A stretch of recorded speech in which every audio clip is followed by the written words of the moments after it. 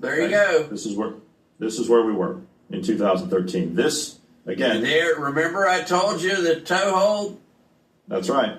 There it is. It's a helipad and one listening post. That's it. Right. That's the tow hold.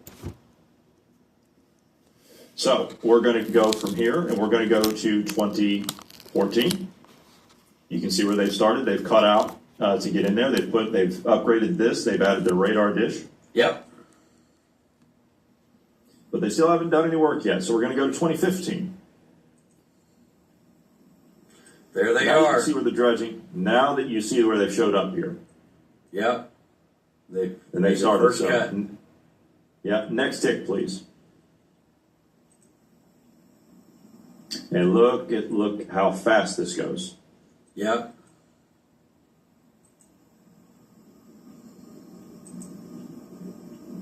Within a year, you'll be able to see this thing start to take shape. Wow.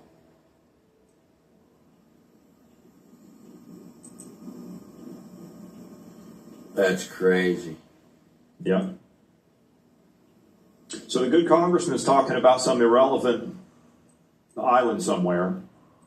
And well, no, he's saying they're building more of these, is what he's pointing out. And they've got one that they're building right now that has 28 dredge ships.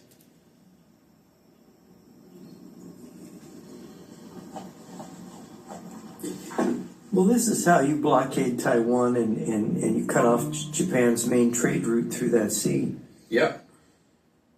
You can extend air power, drones, everything from these islands, and no sea traffic can go through this whole area.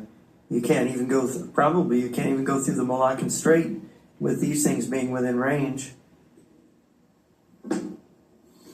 Well, it looks like the U.S. is going to have to go on another island hopping campaign. On the other hand, you could see a situation where these could be just monuments to the Chinese defeat. I mean, in the end, all these things are fortress bases. They put enormous cost into building them, very possibly because they can't build an aircraft carrier that works, right? So this is the next best thing. But it's power projection, but it's power projection that seems to me is fairly vulnerable. And these things have to be supplied. Oh, yeah. Another problem. All you have to do to compromise these things is make sure that no ships can reach them with supplies. And what are the men? There's nothing to eat there. There's nothing to drink.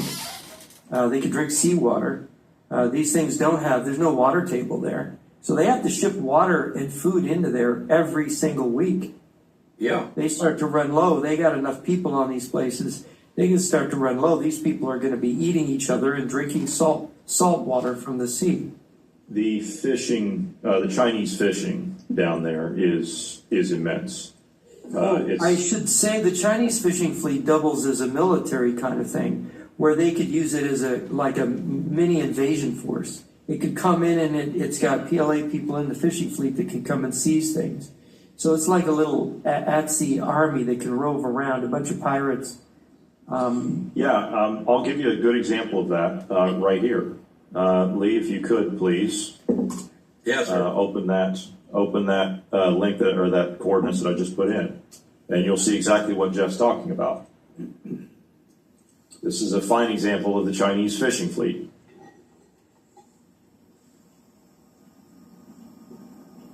And look at this. Yep. Yeah. You got enough little ships with enough personnel on it, you could actually storm a base or take a strategic position. And you see a fishing fleet, and the next thing you know, it's you got 500 guys taking some important coastal position.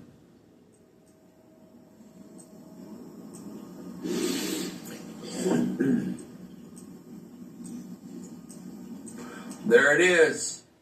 Dual purpose, dual use. Now, there's how the far tow out hold. is that?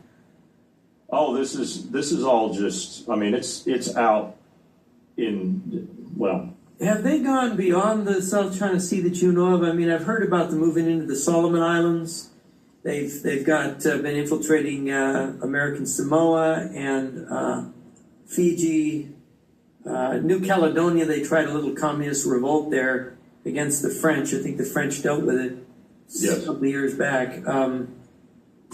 These are all New Caledonia is a major source of nickel, by the way. It is. A lot of these places are economically significant places. Yes. Lee, this next one that I've put in, this is the one the congressman's talking about. That's pretty far south. That is pretty far south. Oh, this extends further. See, look at how close to Malaysia that is. Look at how Yes. far away from Singapore. That is freaking close to Singapore. You can This is the one- get lighter cover to Singapore with that. Yeah, this is the one the congressman's talking about with the 28 dredges. Yeah. Yeah. And you can see the progress they're making here.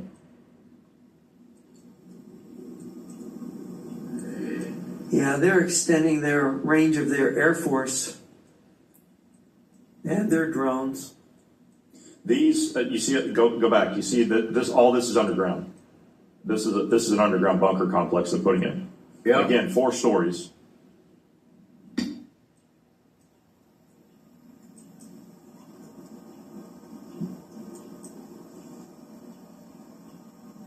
That's raw materials they're offloading there.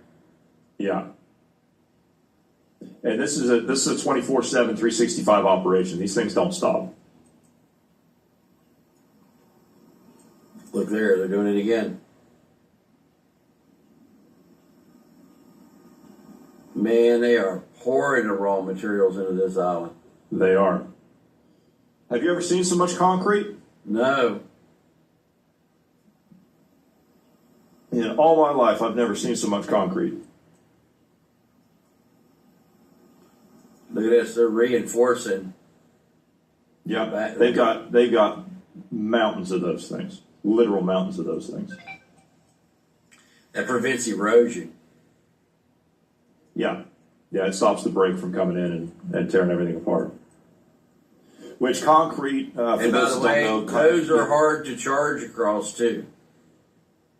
Yeah, those You're are like invading. those are like underwater hedgehogs. Yeah, same Yeah. thing.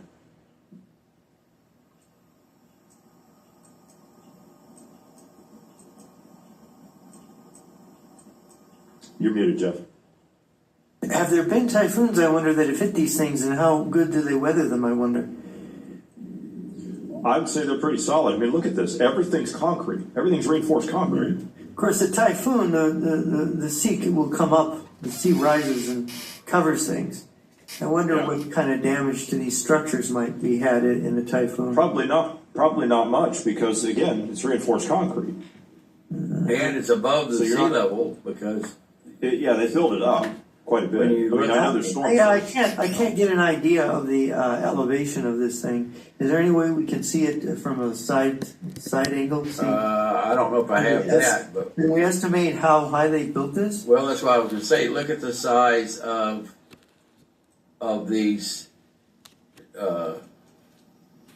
Hedgehogs. hedgehogs, I guess, for lack of a better word, and then see how they've got them stacked up here out on the shore in 3 layers. So they're a good 8-10 feet above sea level there, I would think. So the typhoon would have to hit them directly.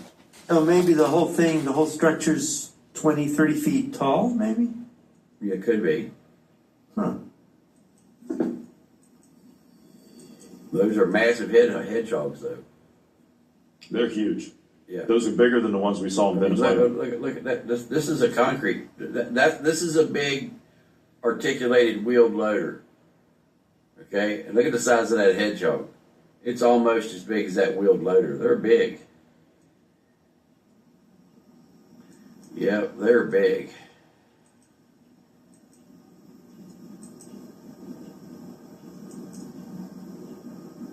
Wow. China is serious. And nobody but the good congressman is saying shit about this other than us. Yeah. Other than us. Yeah, and you see that amazing willingness to spend on military infrastructure to build like the Russians, the Chinese, the North Koreans, the Iranians, the Venezuelans building into that mountain. This massive construction projects Look at that all of them. are only have a military purpose. Look at all of them. That's incredible. I didn't even notice that pile sitting there. What the heck? These are That's I'm insane. telling you, I think these are to protect the shores, to make it more difficult for anybody to come in. Well, Look it at all is of the them. southernmost one, the one that would be most vulnerable to attack, I think, if we're looking That at is this it, map. as far as I know. Yeah. Because I mean,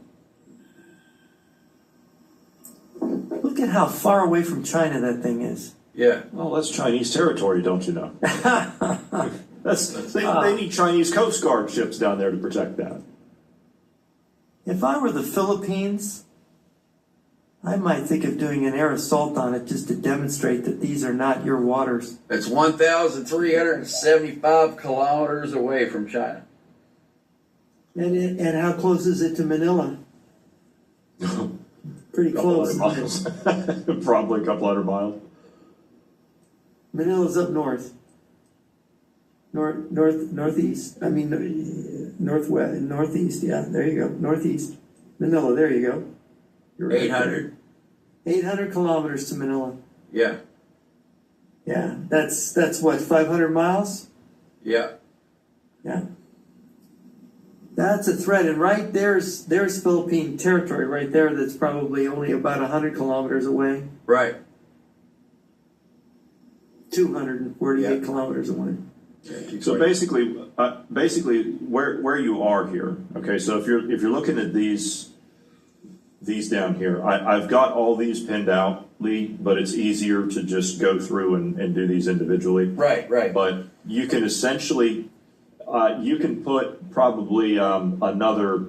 I think I've got about 45 or almost 50 pins down there of operations they've got going on in this area. Send me that map. So I need I'll to send make- it to you right now, and then Yeah, you I can just need to pull it make up a and phone have a quick call. look at it. But it's just I did it for simplicity. Yeah.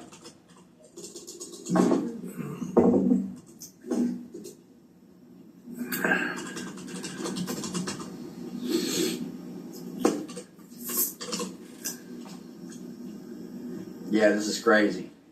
All you folks, y'all need to hype this video and share this out. Every one of you needs to share this out.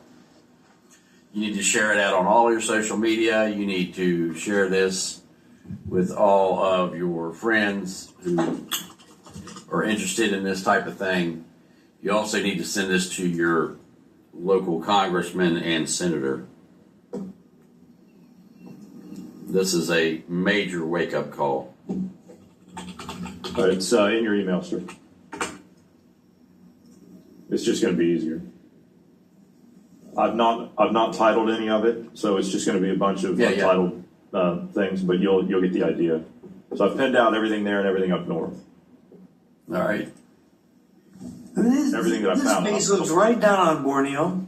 It looks right over to the Philippines. It's closer to the Philippines than Vietnam. Yeah. Oh, yeah. There's definitely aggressive position. Well, if you could load the map that I just sent you, Lee, and then you zoom out to where you are, you'll get an idea. It'd be a better, at least for visual sake, it would be a better concept to actually show. Crowley's MVP meal deal makes you a big deal. A mushroom